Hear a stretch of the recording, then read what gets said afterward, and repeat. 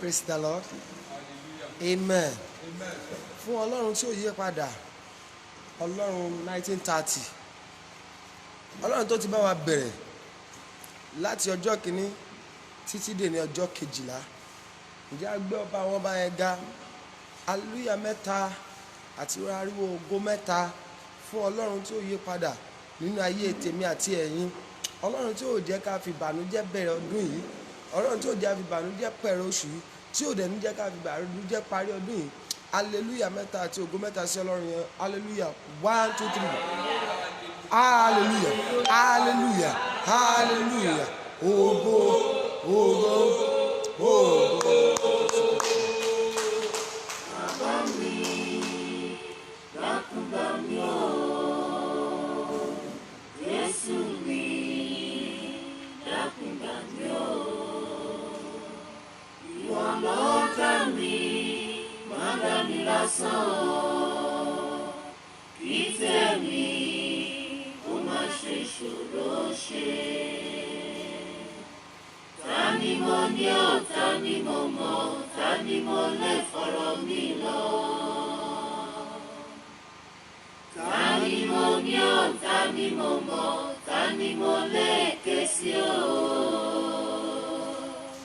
Jésù mi, dákun bá mi o.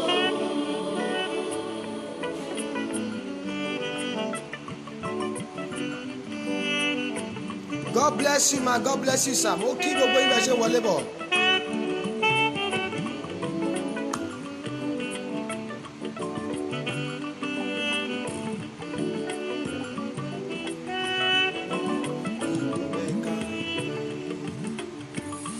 Ọba tó ní mí, ìwọ ni mo máa ń ké pè o. Àjàláyé àjà lọ́run dàbọ̀ o.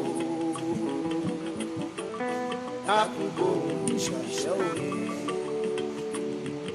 Ta ni mo mọ̀, ta ni mo ní lọ́lọ́run mi?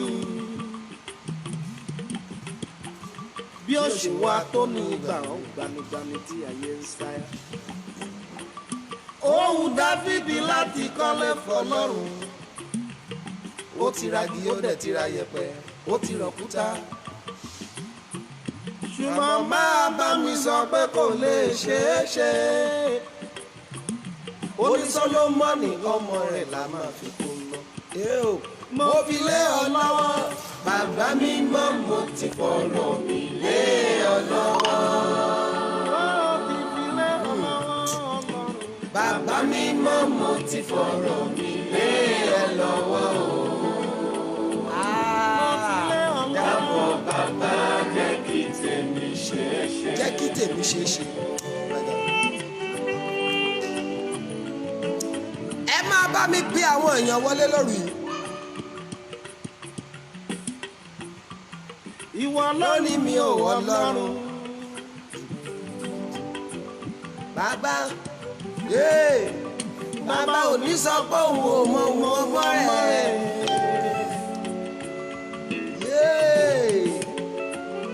Ìwọ ló ṣẹ̀dá mi ò ẹlẹ́dà mi.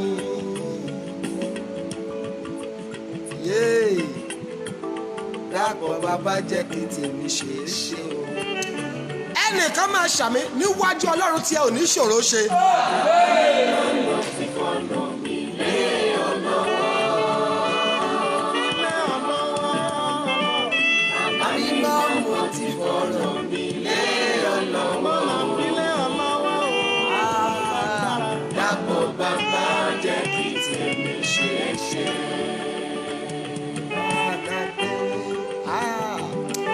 Mo fẹ́ kó o sọ̀rọ̀ yẹn pé Olúwa tèmi ò ní ṣòro ṣe. Type that word. So that my own will not be impossible. Mine will not be impossible.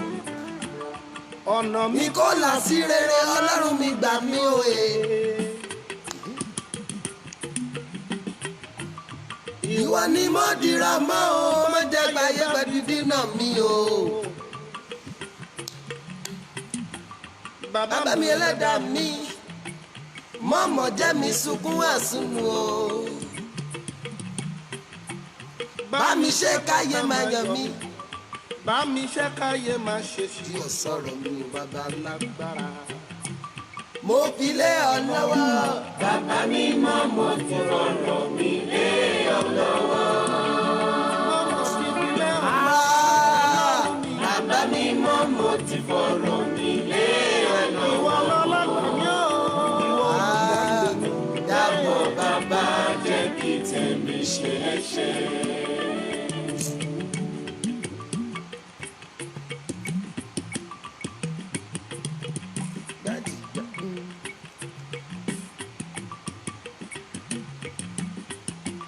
Rere ni ó àtọlọ́gbọ́n. mo kí yín sàmà Ọlọ́run mi. ẹ máa wọlé bàbá ẹ máa wọlé dádì. ìwọ ni mò ń wá o. ìwọ ni mò ń wò ó. bí èrò ìyàngbẹ́ ilẹ̀ tí ń wá odò omi tútù. èmi ń wá ọ èmi ń wá ọ. èmi ń wá ọ èmi ń wojú rẹ bà mí. èmi ń wá ọ èmi ń wá ọ. Èmi ń wá ọ èmi mọ̀ ojú rẹ bàbá alágbára. ṣí ilẹ̀kùn àánú rẹ sílẹ̀ fún mi o. kí n lè bá bẹ́ẹ̀ wọlé. Olúwa. bàbá tí ilẹ̀kùn. àánú rẹ sílẹ̀ fún mi o. kí n lè bá bẹ́ẹ̀ wọlé. mo fẹ́ kí wọn náà sọ̀rọ̀ yẹn. Olúwa ṣílẹ̀kùn àánú fún mi. ṣàánú fún mi. aláàánú pàdé. ṣàánú fún mi. ní àbá bọ̀rọ̀ lọ.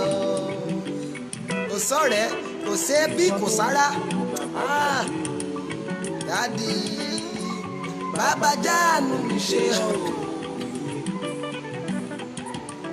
ilé rí àánú gbà ọ́. ṣí ilẹ̀kùn Àánú rẹ sílẹ̀ fún mi o. kí n lè bá bẹ́ẹ̀ wọlé. God bless you ma. bàbá mi máa ń ṣí ilẹ̀kùn. mo fẹ́ kó sọ̀rọ̀ yín náà. Àánú rẹ sílẹ̀ fún mi o. kí n lè bá bẹ́ẹ̀ wọlé. Olúwa ṣíjú àánú wò mí. ṣàánú fún mi. kí n bá láàánú pàdé. ṣàánú fún mi.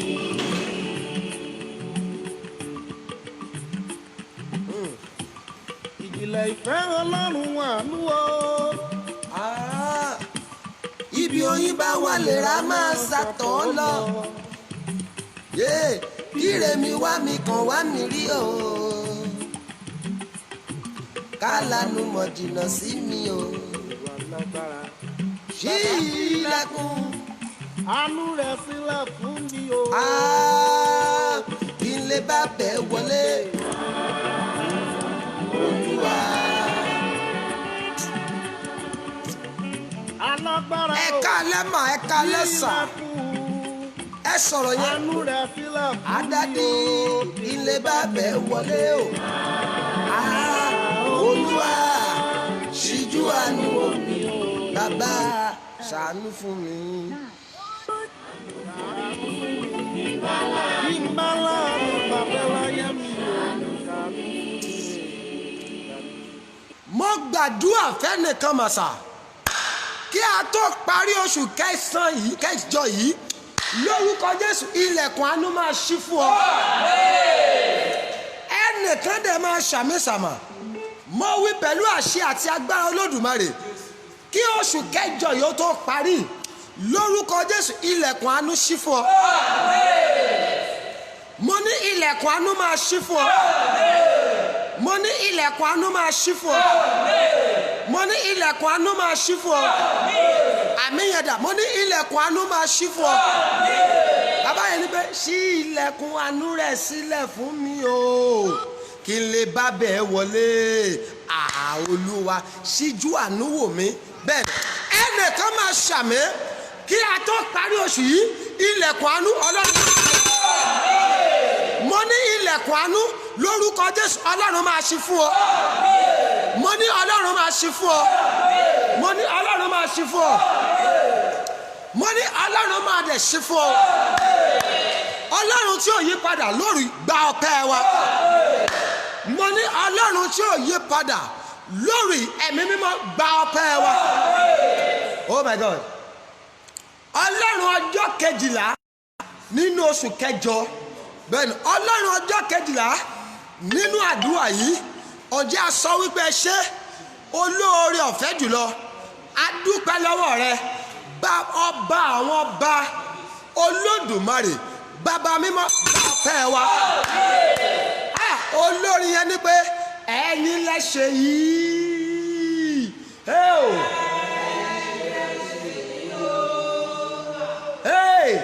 Ayé ẹ̀yin lẹ ṣe yìí o. Ọlọ́run ẹ̀yin ní ká lè ṣe. Bó bá jẹ́ èèyàn ló dúró wọ́n á ti máa sọ̀rọ̀. Oh my God. Bó bá jẹ́ èèyàn ló dúró wọ́n ní wọ́n máa ti sá lọ. Bó bá jẹ́ èèyàn ló dúró àbá ti máa ṣìrègùn. Olórin yẹn wá ní pé onídùúró mi ẹ ṣe kí ni ẹ ṣe. Onídùúró wa agbé ọ̀gá olóore ọ̀fẹ́ jùlọ òbánilálejò wa ohun tó nílé máa jẹ. Mo ń wo nǹkan kan lórí Facebook lálẹ́ nígbà tí wọ́n fẹ́ bẹ̀rẹ̀ program. Mo dẹ̀ scroll through àwọn orúkọ kan. Guess what? Mo débi orúkọ kan sà. Olúwa ní pé òòrùn orúkọ yìí ni mo ní mo rí sà. Ó ní ṣó mẹ́ni yẹn ni mo ní mo mọ̀. Olúwa ní pé ibo ló wà sí. Mo ní bàbá ó ti wà ń bojì. Oh my God. Ó ṣe kí ni sà? Orúkọ rẹ̀ ṣì wà lórí Facebook. Guess what? Ẹni tórúkọ rẹ̀ wà lórí Facebook yìí wọ́n ti gbé sí lọ́dún tó kọjá. Ọlọ́run tí ò jẹ́ kí tìrẹ orí bẹ̀. Ǹjẹ́ ẹ jẹ́ mọ̀ pé orúkọ rẹ̀ wà Facebook ṣùgbọ́n àwọn ẹni tó ní ò lè wọ Facebook mọ́. Ayérayé a sọ wípé ṣé Ọlọ́run tí ò jẹ́ kí kú mú ọ kúrò lórí Facebook sà. Nítorí ó wà láyé ó wà láàyè ló ṣe rí mi wò. Àwọn kan fẹ́ wọlé wọn ò lè wọlé báyìí.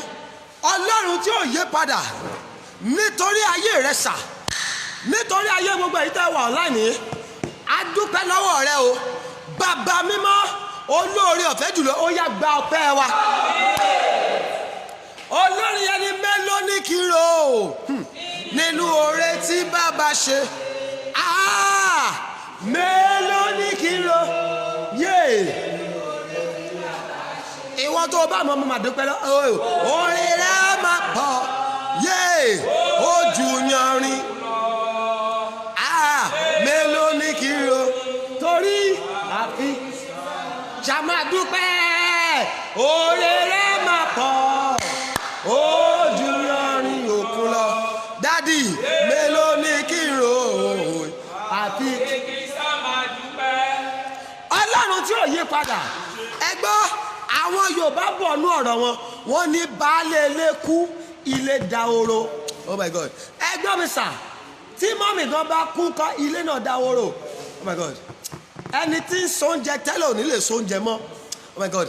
Ẹni tó máa lọ sí kíṣìn tá a lọ dáná fọ́kọ fọ́mọ kò ní lè dáná mọ́. Ọlọ́run tí ò jẹ́ kí ó jẹ́ tiẹ̀. Oh my God. Ọlọ́run tí ò jẹ́ kí ayé ṣèǹjẹ orúkọ rẹ kọ́ ní ẹ̀gbọ́n ni obìnrin yẹn ti dopó ọkùnrin yẹn ó ti dopó. Ọlọ́run tó jẹ́ kó yọ Mrs. kúrò nínú ọ̀rọ̀ rẹ kó wá sọ pé widow àbí kọ́ ní widower. Àyàn olóore ọwa agbé ọ̀gá bàbá mímọ́ nínú ayé wa lórí. Ọlọ́run gba ọpẹ́ wa. Ta ló dàbí Ọlọ́run mi. Ta ló dàbí Ọlọ́run mi. Ọlọ́run mi o ta ló dàbí Ọlọ́run mi. Ọlọ́run wa tó ṣèlérí tó múlẹ̀. Ọlọ́run tó ṣèlérí. What is the promises of God? The promises of God is I will keep you in sound health, and that promises is established over your life. But there are people that can read the Bible more than you and they are dead. There are people that can pray better than you. They are dead today. What now take you out? It is the mercy of God. a yìn ọ́ lógo lórí ayé gbogbo àwọn tó wà online yìí àtàwọn tó tún máa wà online àtàwọn tó ń bá wa share rẹ̀ ọlọ́run tí ò jẹ́ kí kú mú wa kú o ẹ gbọ́ àwọn kan jáde lónìí wọn ò lè padà wọlé mọ́ àwọn kan sùn lálẹ́ àná wọn ò lè jí sáyé mọ́ àwọn kan sọ pé my dear ó dalẹ́ wọn ò lè padà sọ pé ẹ káalẹ́ mọ́ a gbé ọ̀gá olóore ọ̀fẹ́ jùlọ nínú ayé gbogbo àwọn tó ń ṣàmì bàbá gba ọpẹ́ wa mo ní olódùmarè gba ẹ̀yẹ wa lórí yìí ẹ̀ṣẹ̀ gbogbo tá a ti dá tí ò ní jẹ́ ká aráàlú gbà bó o bá ṣàmì ẹ̀mí mímọ́ dáríjì wá ta ló ń ṣàmì lórúkọ Jésù ọmọ Ọlọ́run dáríjì wá Olúwa dáríjì wá Ọlọ́run mo ní dáríjì wá lónìí o máa ráàánú gbà màmá o máa ráàánú gbà o máa ráàánú gbà mo ní o máa ráàánú gbà mo ní o máa ráàánú gbà agbára tó fẹ́ dá ẹ dúró lórí bó o bá lè ṣàmì agbára yẹn lànà sọ̀rọ̀ mo ní agbára yẹn lànà sọ̀rọ̀ ṣé ẹ máa gbàdúrà báyìí Olúwa tó dá ohun gbogbo ẹ sọ̀rọ̀ jẹ́wọ́ agbára rẹ láyé mi Olúwa tó ṣe kéde sà Ọlọ́run tó dá ohun gbogbo wá jẹ́wọ́ ara rẹ láyé mi. The Lord that created everything come and manifest your powers in my life. Ọlọ́run tó dá ohun gbogbo jẹ́wọ́ ara rẹ láyé mi. Ẹ bí àwọn èèyàn wọlé. I want you to share 41 times. Ẹ bí àwọn èèyàn sà. Ẹ share ẹ create watch party. Ẹ share sí gbogbo group.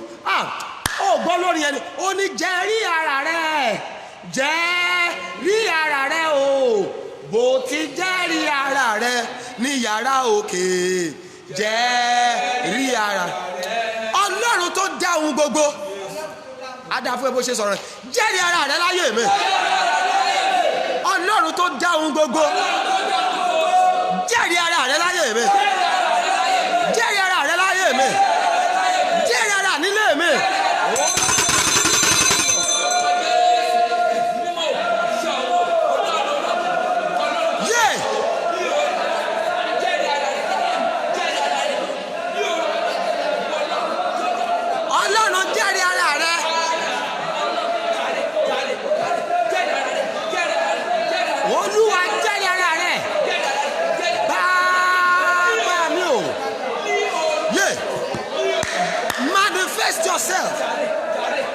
Manifest yourself in my life. In the name of Jesus. Jẹ́ ara rẹ o.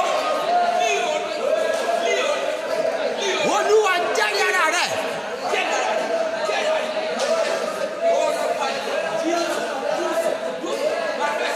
Ẹ jẹ́ ara yín.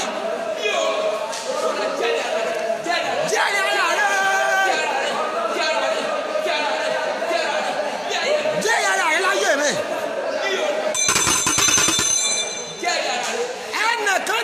Ṣàmì lórí Ọlọ́run máa jẹ́ yàrá ẹ̀ láyé rẹ̀. Mo ní Ọlọ́run máa jẹ́ yàrá ẹ̀ láyé rẹ̀. Ṣé o ti ń bá mi pe àwọn èèyàn lọ́la yìí? Mo fẹ́ kọjá ìjọ kọ́ni. Kọjá lọ bẹ̀ tú mi sílẹ̀ Jésù. Kọjá lọ bẹ̀ tú mi sílẹ̀. Ìwọ tó ní ìdìtú sílẹ̀ ni o. Kọjá lọ bẹ̀ tú mi sílẹ̀ Jésù o. Kọjá lọ bẹ̀ tú mi sílẹ̀. Níbo ibi ayé dè mí mọ́ o. Ìwọ nìkan ló mọ̀ bẹ́ẹ̀. Kọjá lọ bẹ̀. Sọ́rí ọwọ́ rẹ̀ wá máa sán méjì dáadáa. Ọwọ́ àwọn àpọ́sítélì nìyẹn. Kọjá lọ bẹ̀ tú mi sílẹ̀ Jésù o. Kọjá lọ bẹ̀ tú mi sílẹ̀. Ọ̀gá ògo.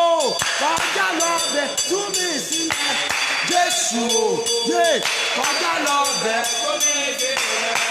Níbo nìyẹn? Ibi ayé dè mí mọ́ o. Ìwọ nìkan ló mọ̀ bẹ́ẹ̀. Kọjá lọ bẹ̀ tú mi. Ọlọ́run wá.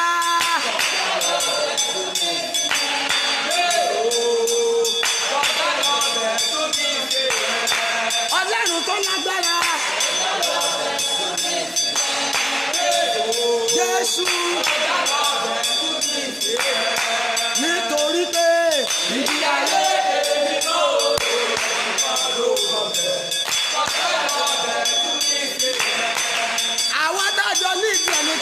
sọ̀rọ̀ sà. Mo ní kọjá lọ́bẹ̀ tú mi sílẹ̀. Jésù o.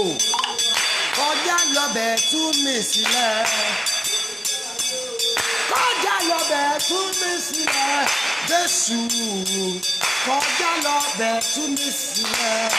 Nítorí pé ibi ayé dè mí mọ́ o, ìwọ nìkan ló mọ̀ bẹ́ẹ̀. Kọjá lọ́bẹ̀ tú mi sílẹ̀. Ọlọ́run tó lágbára.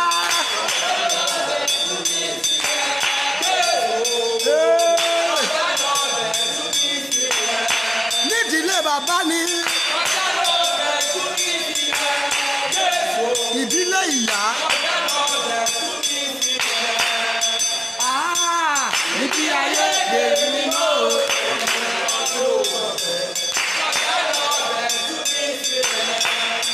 Ìgbà kẹta tá a fẹ́ jọ kọrin yẹn rèé o. Lẹ́yìn ìgbà kẹta, àá wá dà sí free. Àá wá dẹ̀ lọ gbàdúrà. Kọjá lọ bẹ̀ tú mi sílẹ̀. Jésù o. Kọjá lọ bẹ̀ wá tú mi sílẹ̀. Nínú ọdún yìí, kọjá lọ bẹ̀ tú mi sílẹ̀. Jésù o. Kọjá lọ bẹ̀ tú mi sílẹ̀. Nítorí pé ibi ayé dè mí mọ́ o, ìwọ nìkan ló mọ̀ bẹ́ẹ̀. Kọjá lọ bẹ̀ tú mi sílẹ̀. Ẹ jẹ́ kó bìnrin pariwo.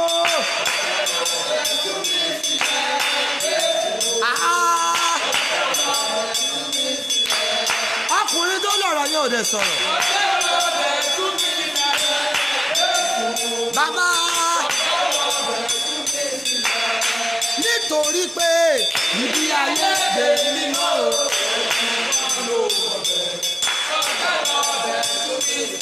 Má kọjá ní olùgbàlà.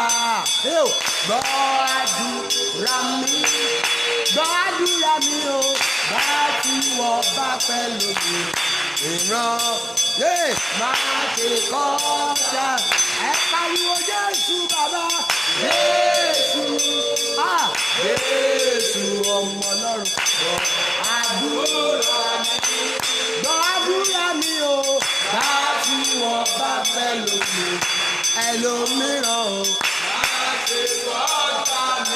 Kọjá lọ́bẹ̀ tú mi sílẹ̀. Jésù o. Kọjá lọ́bẹ̀ tú mi sílẹ̀. Kọjá lọ́bẹ̀ tú mi sílẹ̀. Jésù. Kọjá lọ́bẹ̀ tú mi sílẹ̀. Nítorí pé ibi ayé dè mí mọ́ o, ìwọ nìkan ló mọ̀ bẹ́ẹ̀. Kọjá lọ́bẹ̀ tú mi sílẹ̀. Ẹ jẹ́ ká jọ kọrin o.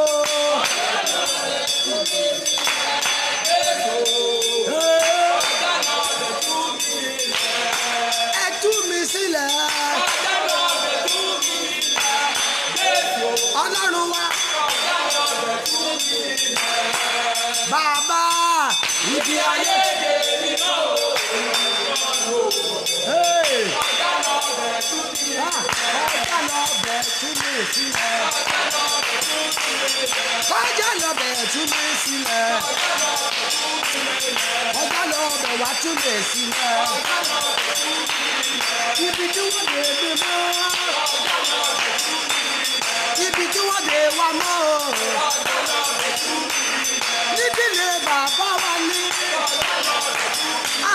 Nídìílé ìyá wa ní o. Nídìílé àná wa ní. Nídìílé ẹbí tará. Níbi tó dè wá mọ́. Obìnrin yẹn sọ̀rọ̀. Tó dè wá mọ́ o. Bàbá mi mọ kọjá lọ o. Ibi tó dè wá mọ́. Ọlọ́run bàbá lọ ọlá o. Ọlọ́run àwọn àpọ́stélì. Níbi tó dè wá mọ́. Ọlọ́run bàbá lọ ọlá o. Ibi tó lágbára dè wá mọ́. Tó dè ògo wa mọ́.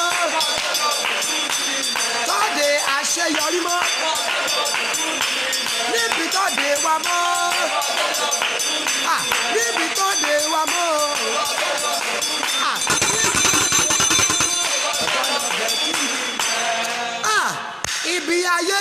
mọ́ o ìwọ nìkan ó tiẹ̀ lè sọ̀rọ̀ yẹn dáadáa. bó o bá ṣàmì lóru yìí níbi wọ́n fi lára dì ọ́ mọ́ níbi tó di ayé rẹ mọ́ níbi tó di àyànmọ́ rẹ mọ́ ẹni di àyànmọ́ rẹ mọ́ kó bàbá rẹ ẹni di àyànmọ́ rẹ mọ́ oko ìyá oko ẹni di àyànmọ́ rẹ mọ́ ibùgbé ibi tó ti gbà kọjá rí oh my god ẹni di àyànmọ́ rẹ mọ́ ilé ìwé tó ti là kọjá rí ẹni di àyànmọ́ rẹ sà mọ́ ilé tó ti gbé rí níbi tó di àyànmọ́ rẹ mọ́ sà lórí ọwọ́ agbára kó tú mo ní ọwọ́ agbára kó tú ẹlẹ́mẹ̀ mo ní ọwọ́ agbára kó tú ẹlẹ́mẹ̀ mo ní ọwọ́ agbára kó tú ẹlẹ́mẹ̀ mo ní ọwọ́ agbára kó tú ẹlẹ́ ọwọ́ agbára kó tú ẹlẹ́ ọwọ́ agbára kó tú ẹlẹ́ ẹjẹ́ àgbà ọlọ́run tó dá ohun gbogbo ẹ fi ọwọ́ agbára yín hàn láyé mi ọlọ́run tó ṣe kíni ọlọ́run tó dá ohun gbogbo fọwọ́ agbára rẹ hàn láyé mi o.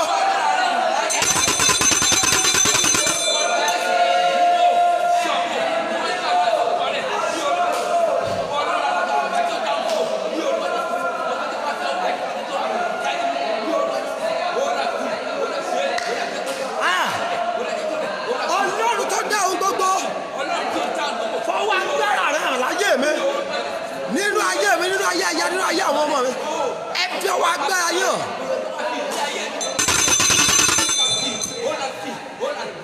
bó o bá gbàgbọ́ tó ṣàmì lọ́nà tó rọ̀ lọ́rùn rí kí a tó parí àdúrà 21 days yìí obìnrin ló lọ̀rọ̀ yẹn ní àbọ́kùnrin ó yá káyé rẹ kó rọ́wọ́ ọlọ́run mo ní ayé rẹ máa rọ́wọ́ ọlọ́run mo ní ayé rẹ máa rọ́wọ́ ọlọ́run gbọ́mísà ibo lolúwa ní káàtijọ́ sọ̀rọ̀ lórí Isaiah chapter 40 verse 31 bẹ́ẹ̀ ni ó ní ṣùgbọ́n àwọn tó dúró de olúwa a ó tún agbára wọn ṣe wọn ó fi ìyẹ́ fòge bí idì wọn ó sáré kì yóò rẹ̀ wọ́n wọn ó rìn àárẹ̀ kì yóò mú wọn oh my god but they that wait upon the Lord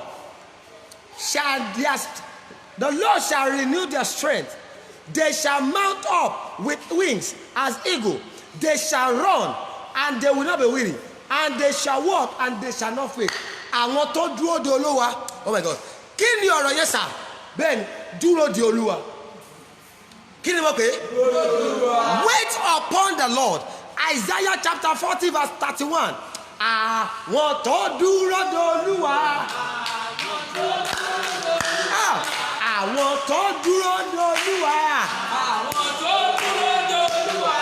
Àfihàn fòkè bí idì. Àfihàn fòkè bí idì. Wọ́n sáré kì yóò sí rẹ̀ wọ́n. Wọ́n sáré kì yóò sí rẹ̀ wọ́n. Yé àórí ààrẹ kì yóò mú wa. Ẹ sọ̀rọ̀. Yé àwọn tó dúró de Olúwa. Àwọn tó dúró de Olúwa.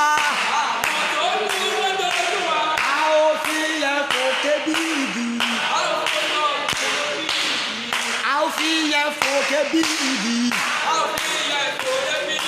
A ó fi sọ̀rọ̀ sílẹ̀ wá. Rékì. Yé a ó rí ààrẹ kí yóò mú wa. Àwọn tó dúró de Olúwa. Àwọn tó dúró de Olúwa. A ó tún agbára wọn ṣe o. Yóò sí rẹ̀ wá. Àwọn ọ̀rẹ́ rẹ̀ kí yóò mú wa. Àwọn ayẹ yé àwọn ní ààrẹ kí yóò mú wa. Dádì àwọn tó dúró de Olúwa. Yé èmi tí mo dúró de Olúwa. Máa fi yẹ fòkè bí idì. Yóò sí rẹ̀ mí.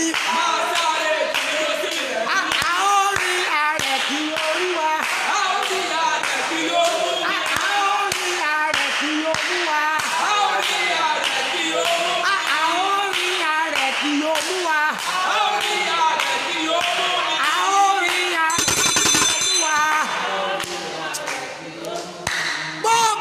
gbàgbọ́ tó ṣàmì tó dẹ̀ ń bá mi share rẹ̀ ní 41 times tó create watch party lónìí ìwọ tó dúró dolúwa lórúkọ Jésù Ọlọ́run tún agbára rẹ ṣe.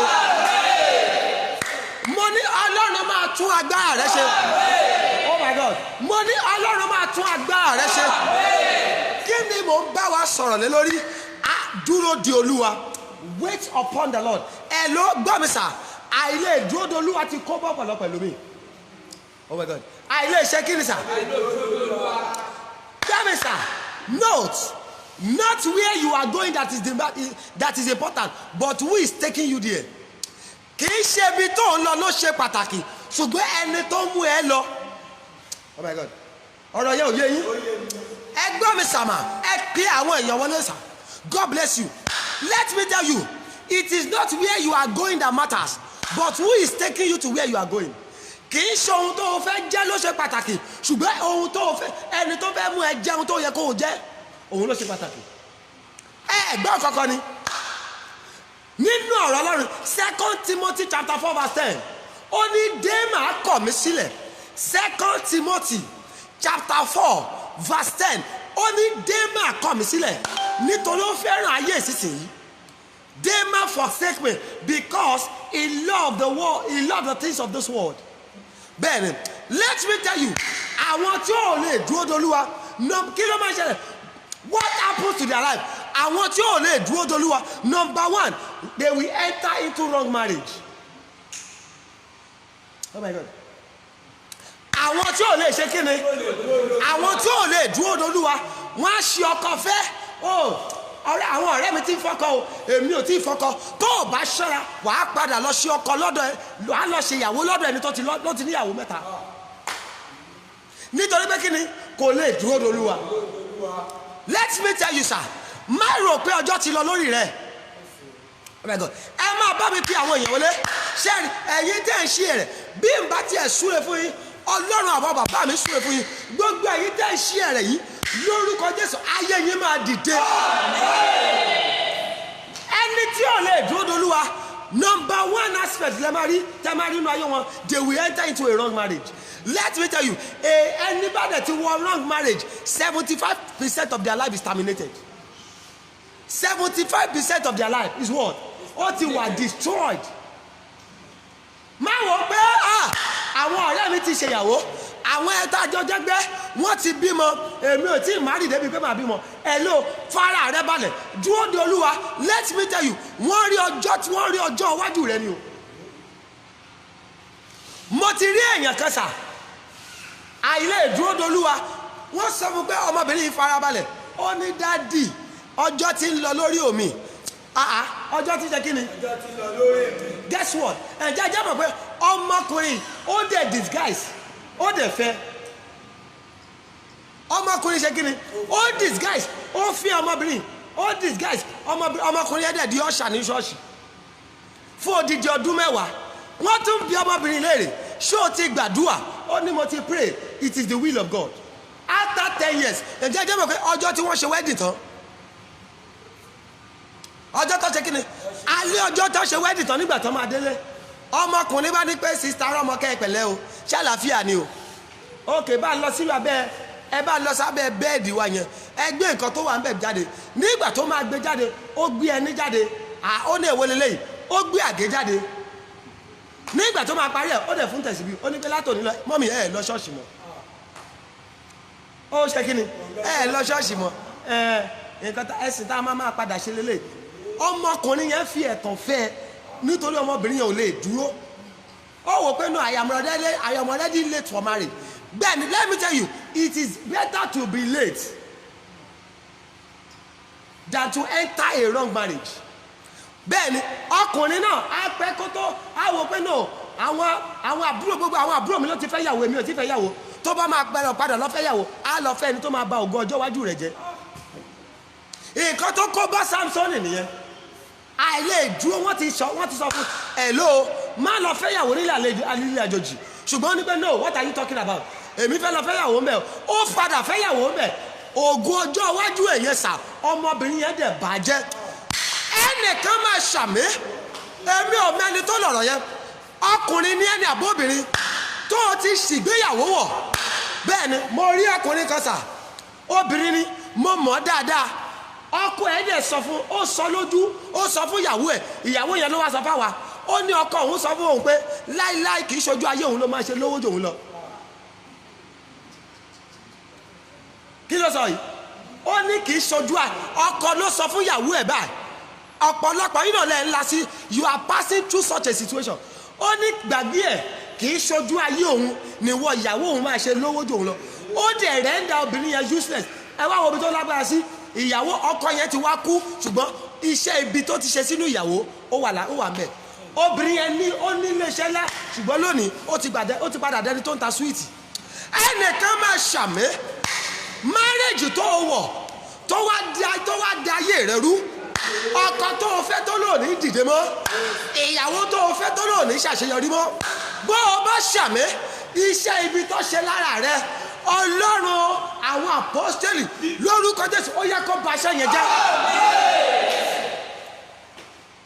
What happens if you fail to wait? Number one, you rent a wrong marriage. Number two, you rent a wrong job. A ṣì ibiṣẹ́ wọ̀. A ṣe kí ni sà? A ṣì ibiṣẹ́ wọ̀. Ibiṣẹ́ no, wọ́n ní kí mo ti ń wáṣẹ́ látijọ́ yìí. Wọ́n wá Ọlọ́run wá ṣe, mo wá tún rí opportunity lẹ́yìn ẹni kí n má lọ́wọ́. Ẹgbọ́n mi, mo ti rẹ́ni tó wọ ibiṣẹ́ láàrin oṣù mẹ́ta, ó jẹ gbèsè 2.6 million. Ó jẹ gbèsè ló. Hello, let me tell you, when God is making you, don't be in a haste. There is a process. Then we are raw materials. Oh my God, everyone created by God, we are raw material. In the process of making, don't get out, because there is something in economics. Say economics in your accounting. There is something we call garbage in, garbage out. Tí Ọlọ́run bá ṣe make ẹ, bó o bá sáré jáde, bó o ṣe jáde yẹn náà ló bá ṣe padà wọlé. In the process of making, farabalẹ̀, let God turn your raw material to finish good. Nǹkan tó save Joseph nìyẹn. But a lot of people, they don't want to go to the process of raw material. They don't want to go to the process of processing. Bẹ́ẹ̀ni, ẹ mọ̀ pé tá a bá máa ṣe búrẹ́dì, tá a bá ti ra flour, wọ́n á kọ́kọ́ bẹ̀rẹ̀ sí nípò. Ìwọ ti rí ibi tó ti gbé flour tó ti rí pé ẹjọ́ flour yìí ti padà di búrẹ́dì o. Wọ́n á kọ́kọ́ process yẹ. In the process, bẹ́ẹ̀ni, àwọn bìkan wọ́n nípa àwọn òṣètọ́ irú wọn lẹ máa rí tó jóná. Àwọn búrẹ́dì yẹn lẹ máa rí tó jóná tí wọn ò padà rí tà. Bẹ́ẹ̀ni, nítorí pé kí ni wọn ò lè dúró di àkókò processing wọn. A lot of people cannot wait for processing. When God is processing you, be patient. Àwọn tó dúró d'Olúwa, that is the topic. Wait upon the Lord. If you fail to wait upon the Lord, you enter a wrong job. Irú àwọn yẹn lè máa rí, they will serve for 30 years in a place of work. But guess what? Their life is not going to be meaningful. Wọ́n á kọ̀ máa kọjọ ni wọn ní rí kankan tó mú jáde mẹ́. Ọ̀gá ilé iṣẹ́ á máa fi ògo tí wọ́n boost ibi iṣẹ́. Ẹnìkan máa ṣàmì ibi iṣẹ́ tó o ṣì wọ̀ tí wọ́n wá fi àyànmọ́ tiẹ̀ boost ilé iṣẹ́ tí àyànmọ́ tiẹ̀ wà lójú kan. Bó o bá lè ṣàmì, ọwọ́ agbára kó gbé ẹ jáde mẹ́. Number 3, they enter a wrong house. Ọjọ́ ti ń lọ. Wọ́n á ṣí léwọ̀. Bẹ́ẹ̀ni, wọ́n á ṣe kí ni sà? Bẹ́ẹ̀ni, ẹni tí ò bá farabalẹ̀ á ṣí léwọ̀. Ẹgbẹ́ ogun ìdílé àdẹ̀jẹ́kẹ́ lómi ṣí léwọ̀. Á ṣe kí ni? Á jẹ́ bẹ́ẹ̀ni, wọ́n á lè kúrò lẹ́kọ̀ọ́ nílé tó bá máa dẹ́kọ̀ọ́ àbí ibi gbogbo tó bá máa dé, ilé tó bá máa gbà á tún jẹ́lé àwọn aláwo. Bẹ́ẹ̀ni, ẹ máa rí ọ̀pọ̀lọpọ̀, wọ́n á kú ẹrù wọnú ilé, wọ́n á lówó nígbà tó wọnú ilé yẹn, ṣùgbọ́n nígbà tó máa láàrin ọdún kan tó máa wọnú ilé yẹn, ẹlòmíì ò tiẹ̀ lọ́dún kan. Àwọn kan pè mí láìpẹ́, wọ́n ní dáàdì ẹjọ́ ìgbàdúrà fún wa. Mo ní kí ló ṣẹlẹ̀? Wọ́n ní dáàdì 3 months ago la kó wọnú ilé yìí. Ǹjẹ́ jẹ́ mọ̀ pé tẹ́nàtì tó bá nínú ilé àti láńlẹ́dì, wọ́n dẹ̀ ń ṣe bẹ́ẹ̀, tẹ́nàtì ṣe bẹ́ẹ̀dẹ̀, mo ò mọ bí tó ti fi òbí ṣe bẹ́ẹ̀dẹ̀. Kí ni mo pè é? Òbí náà fi ṣe bẹ́ẹ̀dẹ̀. Wọ́n dẹ̀ kán òbí lé àwọn ọmọ kéékèèké nínú ilé lọ́wọ́. Ǹjẹ́ jẹ́ mọ̀ pé ìgbà tí láńlọ́ọ̀dù pariwo síta, tẹ́nàtì ní pé màmá ẹ̀ dákẹ́ ẹnu yín. Ẹ mọ̀ pé ìtẹ́ yìí ń ṣe jù báyìí lọ. That means landlord, landlady, NRC, tenant, NRC, àwọn tó wọbẹ̀ tí wọ́n bá ṣọ́ra, kòrò fún náà máa padà jáde. mọ́mì ìwọ náà mọ̀ pé o ti ṣe ilé gbà ilé tó o gbà má gbàgbé ọdún wo ló ti àtọdún tó o ti kó wọbẹ̀ kí ló mú jáde nínú ilé yẹn wrong house bẹ́ẹ̀ ni ẹnìkan dẹ̀ máa ṣàmì mọ́ gbàdúrà ilé tó o ṣì gbà tó kó bá ìrìn àjò ògo rẹ bó o bá ṣàmì ọlọ́run fàánú gbé ẹ jáde bẹ́ẹ̀. Number 4, wrong friend. Wrong what?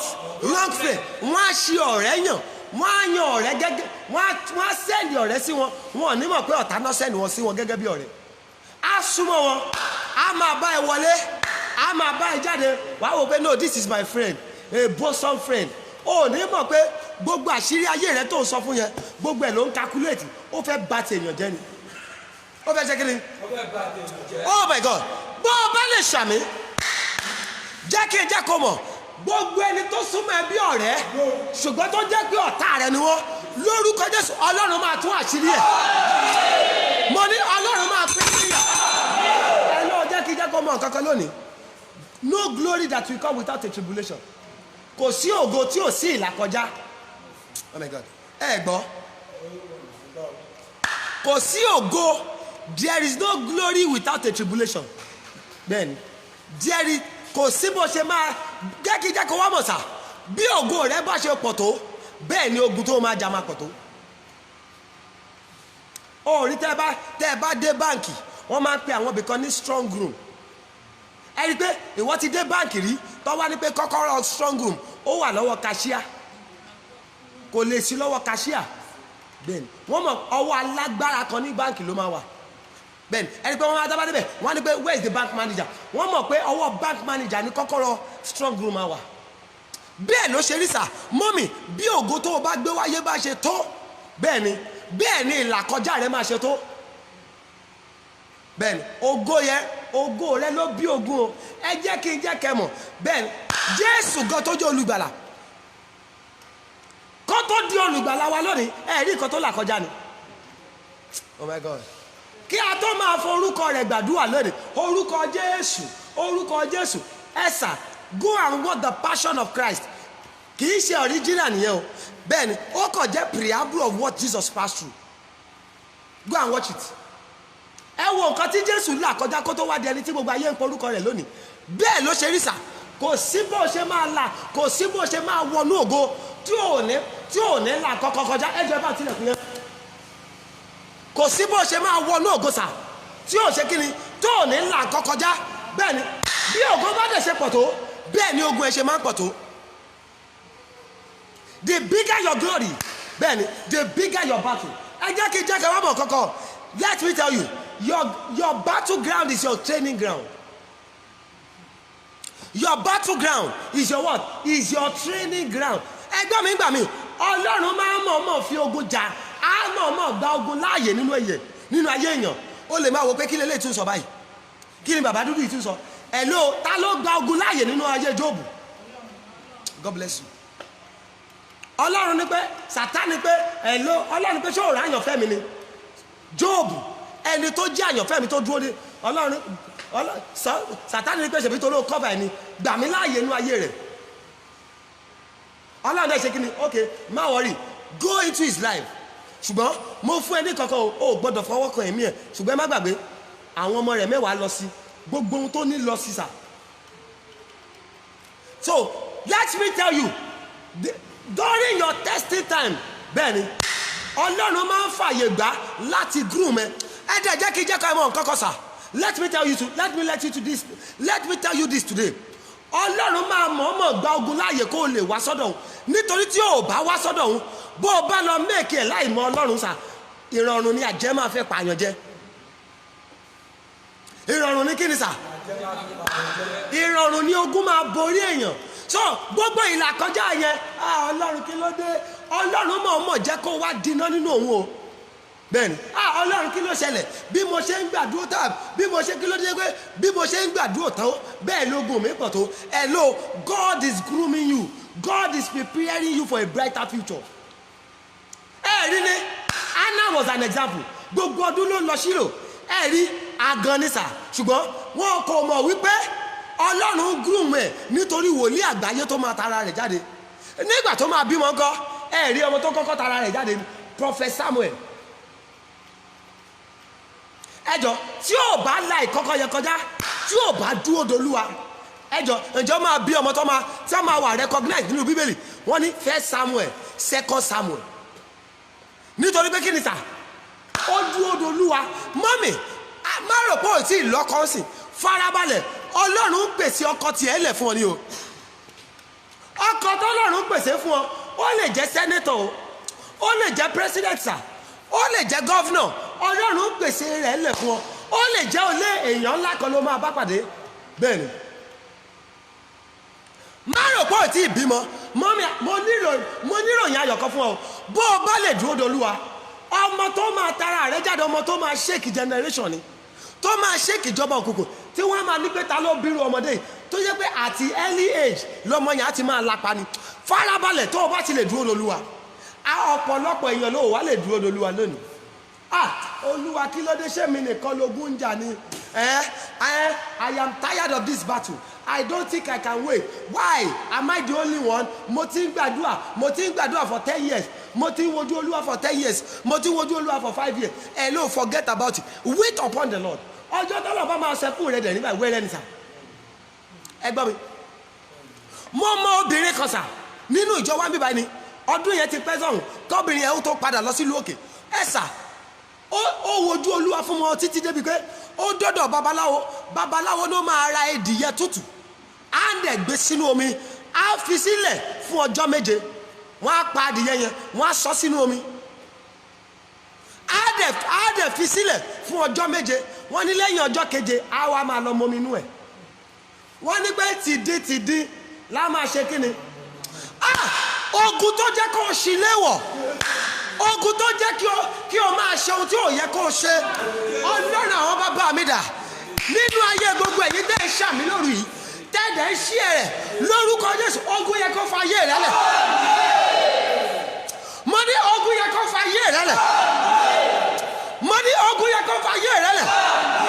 Gbá mi, wọ́n ní pé lẹ́yìn ọjọ́ keje a máa gbé omi yẹn mu tìdí. Ǹjẹ́ ẹ jẹ́ mọ̀ pé wọ́n ló dẹ̀ máa mú láàárọ̀ méje àtòru méje? Ǹjẹ́ ẹ jẹ́ mọ̀ pé ó dẹ̀ mú omi yẹn tìdí kò padà bímọ, kò padà ṣe gíní, nítorí kò lè dúró dolúwa ni. Àìlè dúró dolúwa ti jẹ́ kí ọ̀pọ̀lọpọ̀ ṣe ohun tí ò yẹ kó ṣe. Mo lọ sórí òkè lọ́jọ́ kan, mo lọ gbàdúrà ambish, mo bá rí èèyàn kan, wọ́n ní wọ́n ń dẹrù ẹgbẹ́ fún, mo bá rí tí wọ́n gbẹ́lẹ̀ fún ọmọ Ọlọ́run. Wọ́n ṣe kíni? Wọ́n gbẹ́lẹ̀ fún, wọ́n bá kónú kòtò. Wọ́n bá ní pé gbọ́ ọ lágbájá ọmọ lágbájá látòní lọ, a pé ẹ níyà pẹ̀lẹ́gbẹ́. Mo ní pé ẹ̀mí mímọ́ ṣàánú mi, má jẹ́ ń gùn. Wọ́n wá da èso, wọ́n da oríṣiríṣi lé lórí. Mo ní àánú ẹ̀ dẹ̀ ṣe mí o. Ǹjẹ́ jẹ́ mo kó Olúwa sọ pé ọmọ bó o ṣe wò yẹn sà, mo dẹ̀ rí àbàmì ọkùnrin kan bó ṣe wọnú kòtò yẹn, ó dẹ̀ tó bá jáde. Mo ní Olúwa kí lè túbọ̀ sí? Olúwa sọ pé ogun tí wọ́n rò pé wọ́n ti ṣẹ́, ogun yẹn tó padà tẹ̀lé jáde. Ọmọbìnrin yìí ó mu omi yẹn tìdí kò padà bímọ. Ṣùgbọ́n nígbà tó dé ìjọba mi báyìí sà, ó bá bàbá tó bí èmi pàdé lórí àwọn ò tí ì bẹ̀rẹ̀ kankan gbà yẹn. Bẹ́ẹ̀ni, bíríbírí ọjọ́ mẹ́ta péré ló gbà. Bíríbírí ọjọ́ mélòó? Ọjọ́ mẹ́ta péré ló gbà. Lẹ́yìn ọjọ́ kẹta, arúgbó obìnrin jáde lára rẹ̀. Ó ní hello màmá, bí wọ́n ṣe ní kí n lu ayé rẹ gbó láì bímọ rẹ̀. Ṣùgbọ́n nígbà tó ń gbàdúrà, àgọ́ ara rẹ̀ ti gbóná jù, mi ò lè gbé bọ̀ mọ́, mo jáde lọ lónìí. Ẹgbẹ́ ọmọbìnrin ò mọ́ṣù yẹn jẹ o.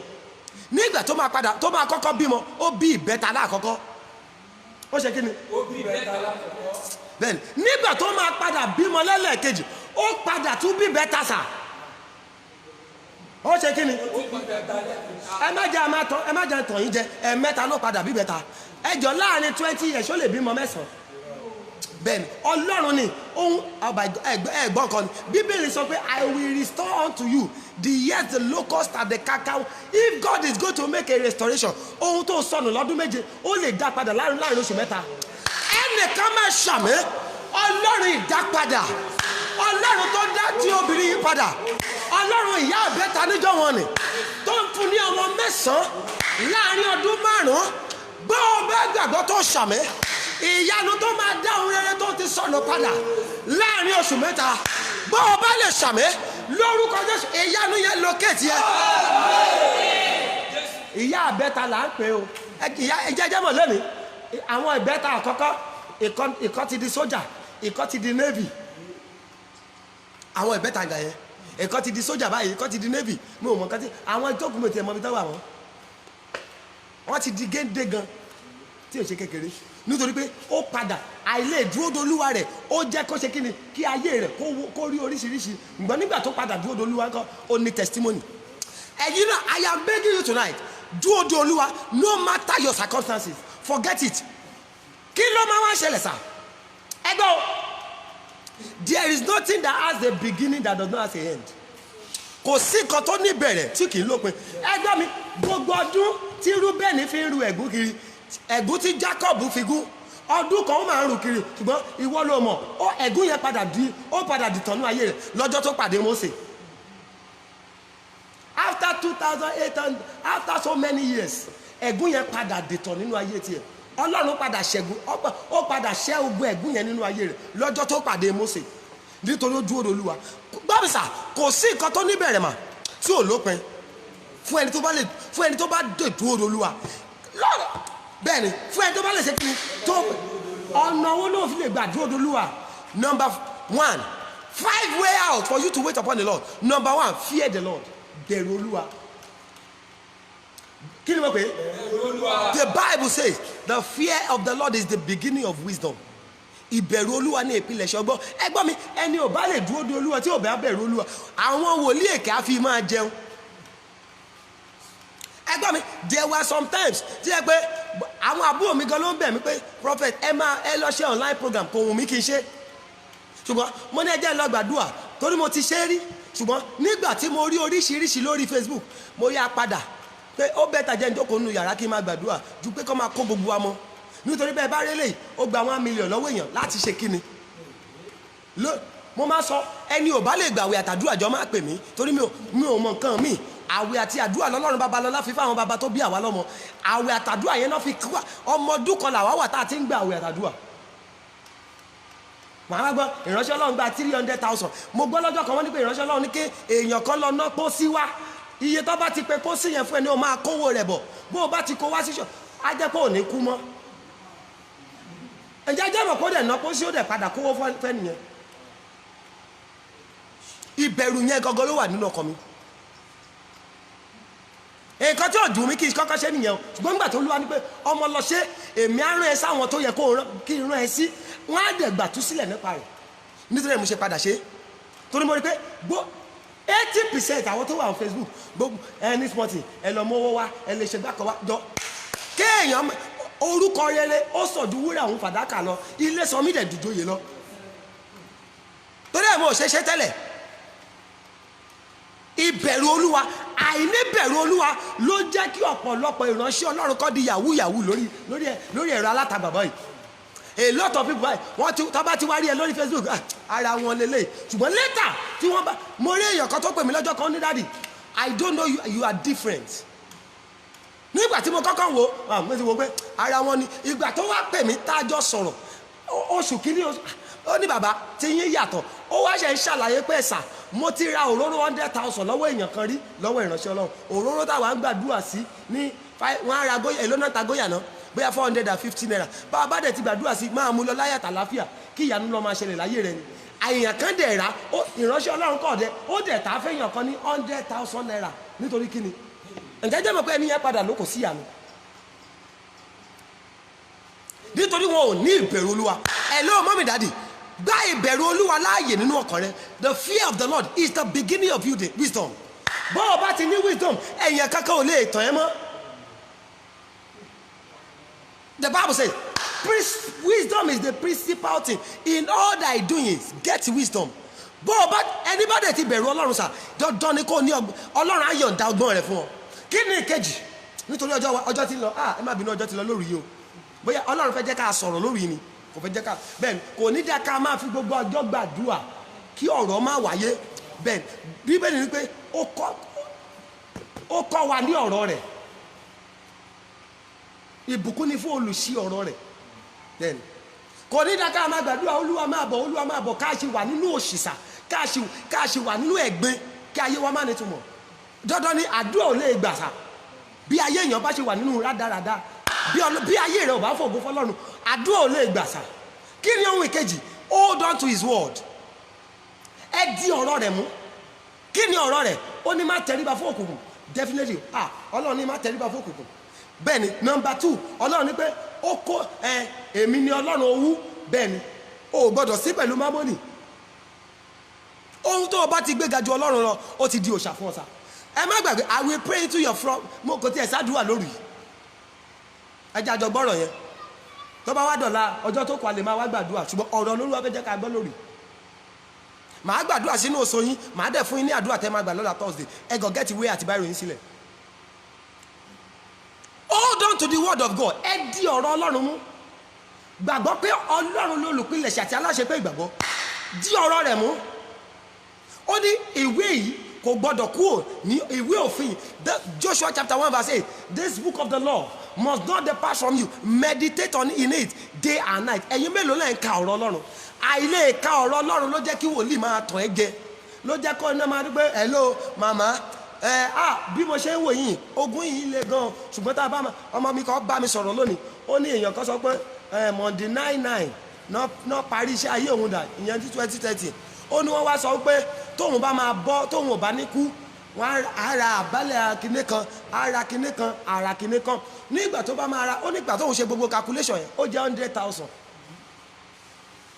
Mo ní kí ló wá fẹ́ ṣe ó ní bàbá òun ò lè ṣe kankan tó bá di next 3 days nínú oṣù kẹsàn-án yẹn òun bọ̀ wá gba biribiri ọjọ́ 3 nítorí pé ó tètè yára ẹ̀ ń bèrè ǹjẹ́ jẹ́ mọ̀ pé ọ̀pọ̀lọpọ̀ adẹ̀ kówó yẹn lẹ̀ èèyàn kan ló sọ fún mi lọ́jọ́ pé bàbá wa wọ́n ní mú 35,000 wá pé wọ́n ní pé kọ́ wọn fi ṣẹ́gun alákàlà ìgbà kan mo ní ẹ̀ ló ṣáà bẹ́ẹ̀ mi mú 5,000 orí ẹ̀ ṣé kí ni bẹ́ẹ̀ mi mú 5,000 ìyín bá ẹ gbà àwẹ̀ ọjọ́ 3 ó ò dẹ̀ ní lálàkàlà mọ́ nígbà tó ń kó bọ̀ mo ní àwẹ̀ máa mú lọ mo fi ṣeré ni kò sí ẹni tó lè bá yàn ṣẹ́gun àlákàlà àfi Olódùmarè tó bá gba 5,000 bẹ́ẹ̀ ni èèyàn ìránṣẹ́ Ọlọ́run kan ló ní pé má wọlé màá bá yín gbàwẹ̀ nígbà tí yẹn náà ò lè gbàwẹ̀ ó gọ̀ ọmọ ṣọ́ọ̀ṣì tí ò lè gbàwẹ̀ ó gọ̀ ó bá lọ bá pásọ̀ bá ní pé má wọrí ẹ lọ mú 50,000 wá ẹni ẹlẹ́ni nígbà tí ò lówó lọ́wọ́ ẹni ìránṣẹ́ Ọlọ́run tí ò bá ti lówó dandan bí kò dìdàkudà ìránṣẹ́ Ọlọ́run tí ò bá ti bẹ̀rù Ọlọ́run á dìdàkudà sà á máa fọgbọ́n tọrọ owó bẹ́ẹ̀ ni ìjọba bẹ́ẹ̀ ni nǹkan tí mo máa ń rò nìyẹn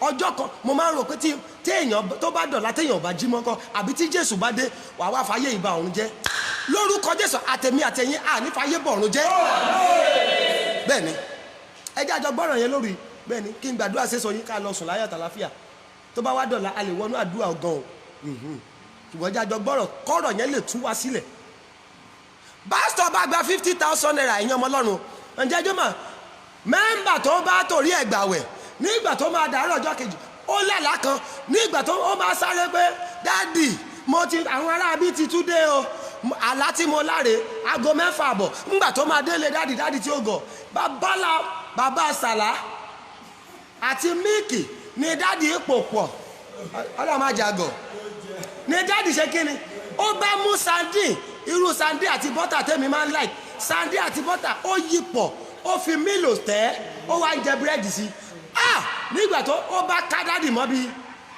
tó ti ṣe kí ni tó ti ń jẹ búrẹ́dì àti tíì ẹni ẹlẹ́ni tẹ́bi ti ń pa tipẹ́tipẹ́ apá bá jábọ́ o Jésù kò sí nǹkan tó lè sọ mọ́ ẹlẹ́ṣẹ̀ la fìṣẹ́ fún ẹlẹ́ṣẹ̀ la ṣe kí ni la fìṣẹ́ fún sà ẹni ọmọ Ọlọ́run tí ò bá ti lè fi ebi panú ẹ̀ Jésù gan fúnra rẹ̀ 40 days and 40 nights he has laid down the example for us we the children of God we must follow that example ṣùgbọ́n tó ò bá lè fi ebi panú ẹ̀ dandan ni kí wọ́n tẹ̀ ẹ̀kọ́ gbowó lọ́wọ́ ẹ̀ dandan ni kọ́ fún ẹṣu oríṣiríṣi sà then èmi ò sọ nípa ìrúbọ yàtọ̀ sà ṣùgbọ́n pé kọ́ ogun tó lè ṣe wàá ṣe báyìí wàá ṣe báyìí wàá gbé báwo wàá ṣàwo mo tún rí wòlíì tó ra pẹ́pẹ́yẹ láìpẹ́ mo ní ibo ni wòlíì irú àwọn wòlíì burúkú wo lélẹ̀ God bless you only when daddy has sense wòlíì tún ra pẹ́pẹ́yẹ ó mọ̀ pé wọ́n náà ti ná àná dànù owó bẹ̀rẹ̀ o gbọ́dọ̀ tó o bá máa rí kọ́kọ́ gbà lọ́wọ́ Ọlọ́run dúró de Ọlọ́run number 1 bẹ̀rù Ọlọ́run number 2 dúró nínú ọ̀rọ̀ rẹ̀ hold on to his word the time is fast spent ẹ jẹ́ sọ mẹ́ta tó kù kí n súre sínú oyin yín kí n súre sínú èso yín ká máa lọ léwà jàre ó dá mi lójú tó o bá ti lè mú ọ̀rọ̀ yìí lò things will turn around for you definitely things is going to turn around for you. Number 3, live a life of prayer and thanksgiving. Ẹgbẹ́ jẹ́ kí ìgbé ayé àdúrà àti ọpẹ́ kó wà nínú ayé rẹ sà. Àwọn nǹkan mi wà àdúrà ò lè ṣe, àwọn nǹkan mi wà ọpẹ́ ló máa ṣe. Ẹ̀rí Jésù ni mo fẹ́ràn bàbá mi. I am his example. Mo like lifestyle. A ní pé bàbá mo dúpẹ́ lọ́wọ́ rẹ pé nígbà gbogbo tí n bá ké pè lẹ́yìn Ọlọ́run máa ń dá mi lóhùn. Bó bá dẹ̀ ti sọ̀rọ̀ lẹ́sẹ̀kẹsẹ̀ ìyanu máa ṣẹlẹ̀. Má fi àdúrà ṣeré sà. Ojú lásán láìpẹ́ ni màá ṣe program náà gom má parí toru bá parí ti eléyìí tó bá tún dalẹ́ màá tún ṣe ṣọ́ọ̀rù tó bá tún di ìdájí àtúbẹ̀rẹ̀ mi bó bá tún di tí díẹ̀ màá tún nítorí ọ̀pọ̀lọpọ̀ á pè mí wọ́n náà pè mí ò pé kó ẹ má bínú àdúrà ti di part and parcel of us. Then when prayer is ẹ̀gbọ́n olórin yẹn ni pé prayer is the key, prayer is the key, prayer is the master key. Jesus started with prayer and ended with prayer. Prayer is the master key. Wọ́n sọ bí tó pray Jésù gbẹ́bọ wọ́n sọ pé Jésù ṣe gbá kan àdúrà ní sà àdúrà ní ọ̀pá bó o bá lè gbàdúrà èèyàn máa ń kú sínú ogun ni ẹni lè gbàdúrà ló máa ń bọ́ lọ́wọ́ ogun àìlè gbàdúrà rẹ ló jẹ́ kó ń pẹ́ ní ogun sà bó o bá máa bọ́ nínú ogun sà. Number 3, make sure prayer and thanksgiving is a part and parcel of your life.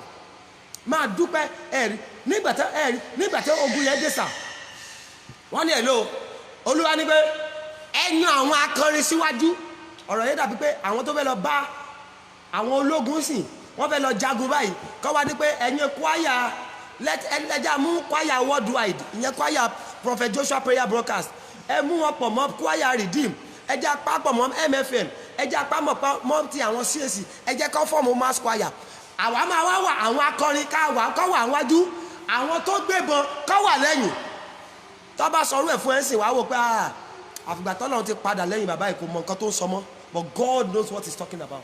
Nígbà tí wọ́n jáde tí wọ́n kọrin Hosanna ògo ni fún Olódùmarè bàbá wa Olódùmarè.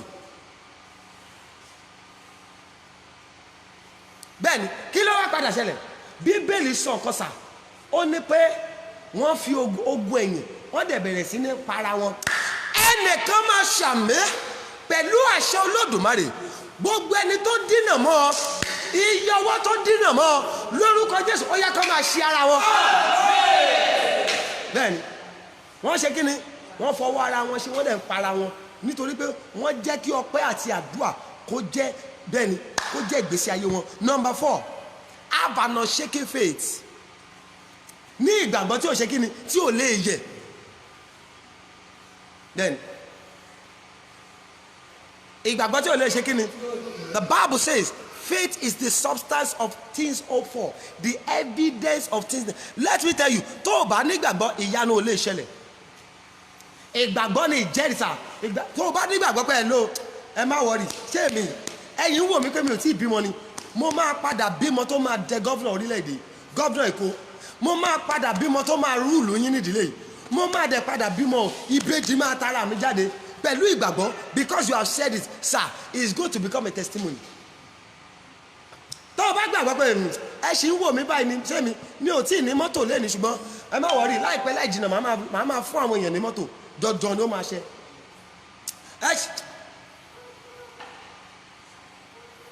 Ẹjọ́ máa àmì ni kẹ́ máa ṣe kò ní ìdí gbogbo ọ̀rọ̀ tẹ́ ẹ sọ mà. Ẹ gbọ́ mi sà tó o bá nígbàgbọ́ wàá máa jẹ́ kọ́ mọ̀ pé ẹ má wọrí ṣọmọ ìrọ̀rùn ṣé wedding ẹ má wọrí I am going to have the best wedding in town. I am what? I am going to have the best wedding in town. Ẹ má wọrí ipa ẹ̀. Ṣé tó bá jẹ́ tilé mo mọ̀ pé mo sì ń yálé gbé o ṣùgbọ́n àkókò ń bọ̀ èmi gan máa fún àwọn èèyàn nílé. Ìgbàgbọ́ ni sà. Tó o bá what? Oh my God, the Bible says the power of death and life is in our tongue. How are you using your tongue? Ọjọ́ ń bọ̀ máa sọ nípa fún ẹ. Báwo lo ṣe ń lu ahọ́n rẹ? Ọ̀pọ̀lọpọ̀ ń lu ahọ́n yìí tó bá ti gbàdúrà tán Olúwa mo dúpẹ́ ìyanu kó ṣẹlẹ̀ ṣùgbọ́n tó bá ti parí àdúrà wọ́n tẹ̀ ti sú wájọ báyìí àṣẹkú máa gbà àti gbàgbàgbàgbà náà kò sí nǹkan tá a rí mú jáde ń bẹ̀. Ìwọ fúnra rẹ ló gbàdúrà pé kọ́lọ́run ṣèyanu Sátánì àtúndé á tún jẹ́ kó o fi àwọn yẹn tún dàdúrà rẹ nù. Ọlọ́run àwọn bàbá mi dà, mo gbàdúrà fún gbogbo ẹ̀yin tẹ́ ń ṣàmì lórí, ẹ̀yin tẹ́ ń táìpù àmì látòní lọ ní gbogbo ọ̀nà tó ti fi ẹnu rẹ dárí rẹ nù lórúkọ Jésù. Ọlọ́run kó ṣàánú fún ọ. Ire rẹ tó o fẹ́ nù dànù lórúkọ Jésù, Ọlọ́run kó fàánú dá padà. Ọjọ́ ti lọ, ẹ jẹ́ ìparí ẹ̀ báyìí. Kí ni ohun ìkarùn-ún? Be determined that your test will become a testimony. Be what? Be determined that your test will become a testimony. T-E-S-T, like test. And there is no way you are going to spell test, testimony without test. Ó túmọ̀ pé ìdánwò ló máa ń ṣáájú àṣeyọrí. Ọmọ tí ò bá ṣe kíni, ọmọ iléèwé tí ò bá rí ìdánwò, tí ò bá ṣe ìdánwò, ẹ̀rí sìn, àwọn wọ́n ti ní pé WAEC class àbí kí náà pé class yẹn, wọ́n ti ní pé àwọn ọmọ ní WAEC wọ́n máa bẹ̀rẹ̀ WAEC lọ́jọ́ báyìí. Ó túmọ̀ pé láì ṣe WAEC wọn ò lè wọ higher institution. Eléyìí tí ò bá ṣe WAEC tó bá lu higher institution ó lọ ṣeré mẹ́rin ó máa padà wọlé. Ó túmọ̀ pé children of God without test, without an exam, there is no success. So let me tell you, have a determination that hello, tó bá jẹ́ tèmi Joshua yìí, ìdánwò mi ìwọ̀nba díẹ̀ ni, mò ń lọ ní ògo láìpẹ́. Ohun tẹ́ ẹ rí àmọ́ ni láìpẹ́ láì jìnnà má dẹ̀ díyà àbẹ́jì o. Ẹ̀yin tẹ́ ẹ wojú Olúwa fún mi, ẹ má wọrí, ṣé ọmọ yẹn ó rọrùn, nǹkan tó rọrùn ni. Ọlọ́run tó sọ aláìlọ́mọ tó sọdọ̀ lọ́mọ méje tí àwọn ọmọ rẹ̀ mi gbogbo ayé ẹ gbàgbé ìpà èmi tí mi ò lọ́mọ lẹ́nìí máa dẹ̀ padà lọ́mọ ṣé wedding yẹn ẹ fọkàn balẹ̀ wedding mi ló máa jẹ́ the best kò ní sẹ́ni tó máa lé wedding yẹn bá ṣé àìnílé ẹ má wọrí mo máa ń sọ and that is my prayer mo máa ń sọ kankan mo ní ẹ má wọrí èmi ò gbàdúrà kí n ralẹ̀ kí iṣẹ́ máa nípẹ́ ìjọta ló máa bá mi kọ́lé kí iṣẹ́ wa máa já yẹ̀pẹ̀ kí iṣẹ́ máa já gẹ́ràbù mo máa ń àdúrà mi rèé pé Olúwa ẹni tó máa bẹ́ẹ̀ Ọlọ́run àwọn kan wà wọ́n nílé 10 wọ́n nílé 20 Ọlọ́run akọ sọ pé ẹ ló má nìyí ó rí pásítọ̀ yìí kò tí ìyá rúmà pálọ̀ self contain ló sì ń gbé ẹ lọ fún ní kọ́kọ́rọ́ 3 bedroom flat mo máa sọ èmi ò gbàdúrà ilé tí màá ṣe foundation God á dá fún ẹ táwọn ọmọ onílẹ̀ ṣe máa wá pásítọ̀ kí ló wá fún ẹ fún wa lówó pásítọ̀ ẹ fún wa lówó ẹ ti fẹ́ gbé foundation ni táwọn ọmọ onílẹ̀ ṣe tún máa ní mi lára mi ò ṣe wàhálà yẹn mo àdúrà mi ní pé Ọlọ́run jọ ẹnìkan ṣoṣo tó máa kọ́ tí wọ́n ti tí á ní oríṣiríṣi ilé táwa ò pé bàbá wòlíì ẹ má bínú ẹ jẹ́ fún yín ní kọ́kọ́rọ́ 3 bedroom flat yìí tó wà òkè kẹ lọ máa ra máa gbébẹ̀ ẹ̀yìn àti family yìí àdúrà tí mo ń gbà mo dẹ̀ mọ̀ pé Ọlọ́run máa ṣe because it is my faith ìwọlé wọ ẹlòmí lè máa wò pa báwo ló yẹ fẹ́ ṣẹlẹ̀ kò kàn mí Ọlọ́run ni mo dá sí lọ́rùn mo dẹ̀ mọ̀ pé Ọlọ́run lè ṣe nítorí mo nígbàgbọ́ rẹ̀ tí ìwọ náà bá nígbàgbọ́ pé ìwọ tó nǹkan ṣé mi ò níṣẹ́ lẹ́ni mo máa padà máa employ àwọn èèyàn lọ́la ṣé mi ò ní dọ́kúmẹ́ǹtì lẹ́nu tó bá jẹ́ ti dọ́kúmẹ́ǹtì láìpẹ́ láìjìnà Ọlọ́run á ṣètò dọ́kúmẹ́ǹtì tó o bá ní ìgbàgbọ́ yẹn sà definitely God is going to turn your things around ẹ jẹ́ gbàdúrà mo gbàdúrà fún wa. Èmi á dúró ti Jésù nínú ìrìn àjò ayé mi kò sóhun tó lè yà mí tó lè yà mí tó lè yà mí kò sóhun tó lè yà mí kẹsẹ̀ mi má ṣe yẹ̀. Mo gbàdúrà Ọlọ́run á ti gbọ́ ọ̀rọ̀ rẹ orí ọ̀fẹ́ tá a máa fi dúró nínú rẹ títí láì tí ẹ fi ẹ̀fọ́ òfin níyẹ̀ tá a máa fi rí ìyanu tí àwọn èsì àdúrà wa máa fi máa tẹ̀ wá lọ́wọ́ lórúkọ Jésù irú orí ọ̀fẹ́ bẹ́ẹ̀ Ọlọ́run kó yọ̀ǹda rẹ̀ fún wa mo ní Ọlọ́run máa yọ̀ǹda rẹ̀ fún wa mo ní Ọlọ́run máa yọ̀ǹda rẹ̀ fún wa ó ti gbọ́ ọ̀rọ̀ yìí lóru yìí lórúkọ Jésù ò ní yẹsẹ̀ mo ní ò ní yẹsẹ̀ mo ní ò ní yẹsẹ̀ adúgbẹ́gbẹ́ yẹn Ọlọ́run ti gbọ́ ọ Jésù Olúwa wa. Ṣé ẹ bínú pé àgbàdúrà lórí báyìí? Ṣé ẹ bínú? Ẹ mẹ́sọ̀ yín bòde tó dẹ́ ẹ lè máa wò pé mo ti rò pé a máa fáyà a máa bẹ́rí oṣó a máa bẹ́rí ọ̀tá. Ẹ gbọ́ o oṣó tó o bá gbàdá sókè tó o bẹ́ lórí ṣùgbọ́n tó ní pé ẹ lò dúró ń bẹ̀ ẹlẹ́ṣẹ̀ ní ẹ̀nà ó lè bẹ́ mi lórí. A lot of people today àwọn ogun ẹ̀ṣù wọ́n ti accuse wọn and there is nothing to say. Ta ló fẹ́ gbèjà ẹni tí ò ń sọ̀dà mẹ́wàá ẹni tí ò ṣe déédéé nínú ilé rẹ ẹni tó yẹ pé oníjà ni oníbínú ni onígbéraga ni ẹni tó yìí tó bá gbàdúrà tán á lọlé afúláfà á tún lọlé babaláwo kò sóògùn tí ò kìí ṣe lórúkọ Jésù ayé rẹ ò ní wà lófo.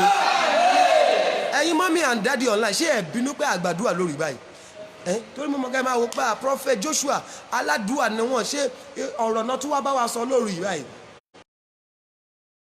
gbàdúrà sínú èso yín yẹn èso ọwọ́ rẹ àṣẹ Olódùmarè kó wọnú rẹ̀ ṣé bó ṣe máa ṣàmì rè ok àwọn mọ́mí mi àti dáàdì mi online wọ́n ti nípa àwọn ò bínú God bless you ma ẹ ṣe ẹ má bínú sí mi o ọmọdé ló ṣe mí àwọn ẹ̀yin àgbà dẹ̀ bọ̀ ẹni pé ọmọdé yìí mẹ́ẹ̀kọ́ jẹ kó má ṣe kíni kó má ra wa lọ́wọ́ àti ó ti ra wa lọ́wọ́ tó ẹ bá ń ṣọwọ́ yẹn ṣùgbọ́n ẹ jẹ́ àjọ ṣe kíni ẹ jẹ́ àjọ lọ fi ọ̀rọ̀ yẹn ṣàṣàrò I know ọ̀rọ̀ tó gbọ́ lónìí wàá ẹlòmíà ní àárí tiẹ̀ múnú ẹ̀ bẹ́ẹ̀ tó bá dẹ̀ ti ṣàtúnṣe dandan ni kí ìyanu ó tẹ̀lé ẹ̀ lórúkọ Jésù èso ọwọ́ yín ìyanu kó wọnú rẹ̀ lẹ́yìn tá a bá ti jẹ èso yẹn ọ̀rọ̀ yín máa dẹ̀ dayọ̀ ẹ̀ẹ́dẹ̀ ní testimony ọ̀rọ̀ yín máa dayọ̀ Jésù Olúwa wa.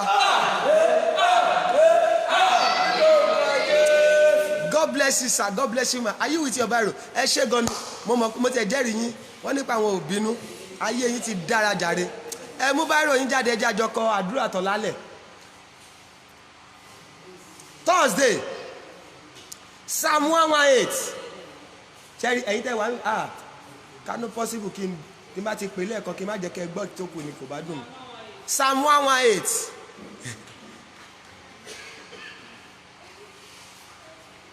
Psalm 118 God bless you ma I love you all with the love of God ẹ ṣé gan ni Psalm 118 that is for Thursday Psalm 118 Psalm 88 and Psalm 102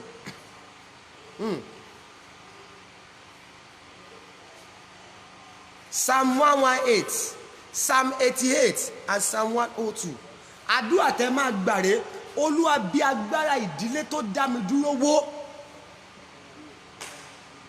ẹ sọ̀rọ̀ yẹn Olúwa bí agbára ìdílé tó dá mi dúró wó bẹ́ẹ̀ni agbára ìdílé tó dá mi dúró Olúwa bí agbára yẹn wó Psalm 118 Psalm 88 and Psalm 102